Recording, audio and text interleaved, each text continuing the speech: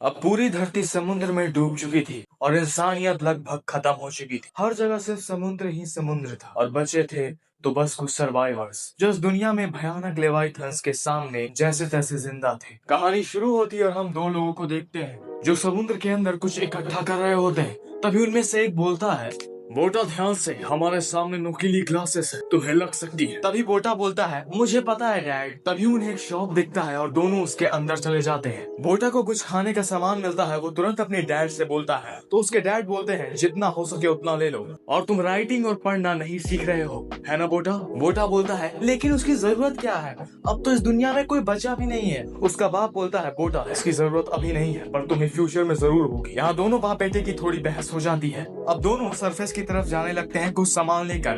तभी बोटा डूबी हुई बिल्डिंगों को देखकर सोचता है, मेरे डैड ने कहा था ये सिटी पहले बहुत खूबसूरत हुआ करती थी पर यह बहुत डरावना लगता है। फाइनली ये लोग ऊपर आ जाते हैं और हम देखते हैं कि ये लोग एक बड़ी सी शिप में रहते हैं। तभी बोटा अपनी बहन से बोलता है, रीटा क्या तुमने कुछ आसपास देखा। रीटा बोलती है, अभी तो नहीं, और वो नीचे उतर जाती है। फिर बोटा अपने बाप से बोलता है, हमें कोई दूसरी बर्ड दिखे भी महीने हो गए, क्या सच में हमारे सिवा और कोई नहीं बचा इस दुनिया में। तभी रीटा भी अपने बाप से पूछती है, पापा क्या सब मर गए हमारी मम्मी की तरह। अब बोटा का बाप दोनों को पास बैठाकर समझाता है, देखो ये समुद्र बहुत बड़ा और गहरा है और चाहे कुछ भी हो जाए मैं तुम लोगों को इन सी मॉन्स्टर से बचाऊंगा और तुम लोगों को भी एक दूसरे की मदद करनी होगी। बोटा और रीटा एक दूसरे को देखते हैं और दोनों हाँ बोल देते हैं। उनका बाप बोलता है, कभी मत भूलना कि हम सब इस बोट पर रहते हैं तो हमारा काम है इसे सेफ रखना। अब सीन कट होता है और हम देखते हैं बोटा मछलियों को पका रहा होता है और उसकी बहन रीटा कपड़े सुखा रही होती है। बोटा खुद से बोलता है, समुद्र में जाकर एक्सप्लोर करना हमेशा डैड करते थे पर उन्होंने मुझे भी इस साल मछलियों का शिकार करने की परमिशन दे दी है,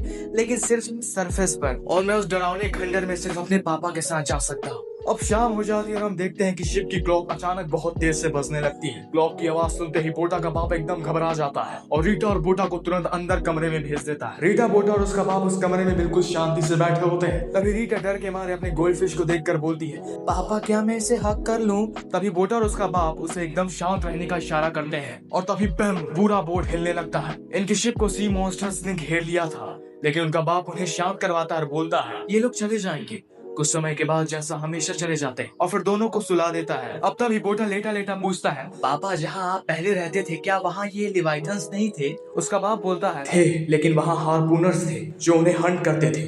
बोटा अचानक इंटरेस्टेड हो जाता है और पूछता है, हार्पूनर्स।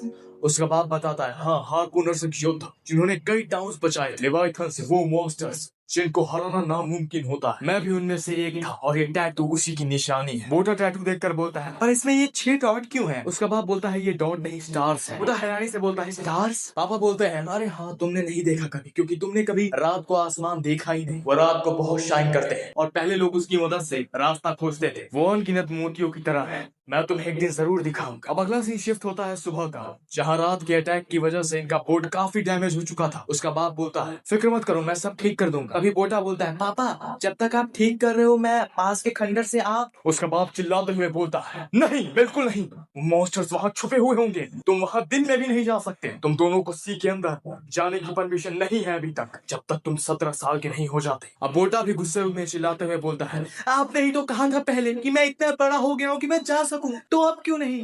उसका बाप उसे प्यार से समझाता है, रूल्स फैमिली की सेफ्टी के लिए होते हैं, तुम्हें मानना होगा। फिर उसका बाप उसका मुंह ठीक करने के लिए बोलता है, चिंता मत करो, अगर वहां नहीं तो मैं तुम्हें कहीं और ले जा सकता। और बोटे गुस्से में मना कर देता है और बोलता है, हम कहीं नहीं जा सकते, हर तरफ पानी है, हम फंस चुके हैं अब यहाँ। तभी रीटा अचानक चिल्लाती है, उधर देखिए, वहां दूर कुछ बर्ड्स उड़ रहे हैं, और एक पुरानी बिल्डिंग दिखती है। बोटा और रीटा खुश हो जाते हैं और चिल्लाने लगते हैं, वहां लोग होंगे, हेलो कोई है। लेकिन उनका बाप उन्हें चुप करवाता है और बोलता है, चुप रहो बेटा, मैं वहां जाकर देखता हूँ, और अगर मुझे कुछ हुआ तो बोट लेकर यहाँ से तुरंत भाग जाना। बोटा पूछता है, क्या आप उनसे लड़ोगे। तो उसका बाप बोलता है, डिपेंड करता है अच्छे होंगे या वो बुरे। उनका बाप उस बिल्डिंग पर पहुंच जाता है और जैसे ही वो ऊपर जाता है वहाँ उसे ढेर सारे कंकाल दिखते हैं। वो समझ जाता है कि यहाँ सब मरे पड़े हैं। वहाँ उसके बाप को एक लॉन्चर बॉम्ब भी मिल जाता है, लेकिन तभी उस बोट पर रीटा और बोटा को समुद्र के पानी में एक आदमी तैरता हुआ दिखता है। बोटा उसकी मदद करने के लिए आगे बढ़ ही रहा होता है। तभी उसका बाप तैरते हुए बोट पर आता है, बोलता है, वो कोई रियल इंसान नहीं है। वाल में पलक झपकते ही गायब हो जाता है, क्योंकि उनकी शिप के ठीक नीचे एक भयानक लेवाइथन था जो अपनी चीरते हुए तुरंत बाहर आता है। अगर आपको इसका पार्ट सेकंड चाहिए तो मुझे सब्सक्राइब कर लो और कमेंट में पार्ट 2 लिख